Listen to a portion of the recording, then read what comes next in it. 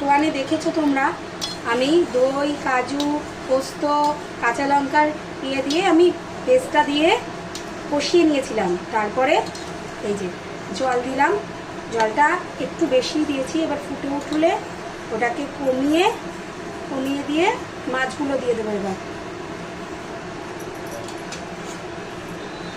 এই যে মাছগুলো দিয়ে দিচ্ছি। তারপরে নুন মিষ্টি সব দেখবো। মাছগুলো সব দিয়ে দিলাম।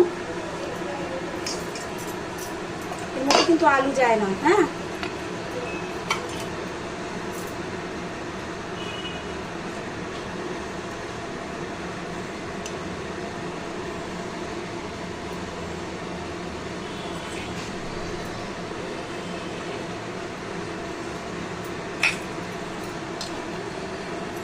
ফুটুক, একটু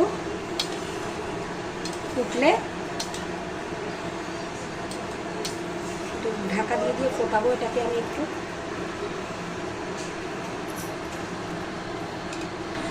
দেখো বন্ধুরা, আমি ঢাকনা খুলেছি। এবার দেখে নিই মিষ্টিটা একটু।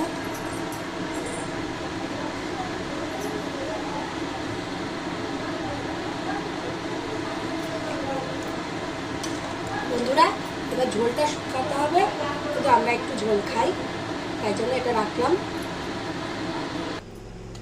বন্ধুরা, এবার আমাদের রেডি মাছের রেসিপিটা, দই কাতলা। আশা করি তোমরা এই প্রসেসে বানালে খুব ইয়াম্মি লাগবে তোমাদের। আমাদের তো ভীষণ ভালো লাগছে। একটুখানি টেস্ট করা হয়েছে। আমি এবার সার্ভ করব।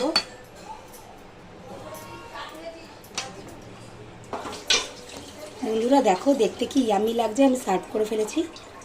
তাহলে আসি, টাটা। আবার দেখা হচ্ছে তাহলে বন্ধুরা আরেকটা নতুন রেসিপির সঙ্গে। টাটা।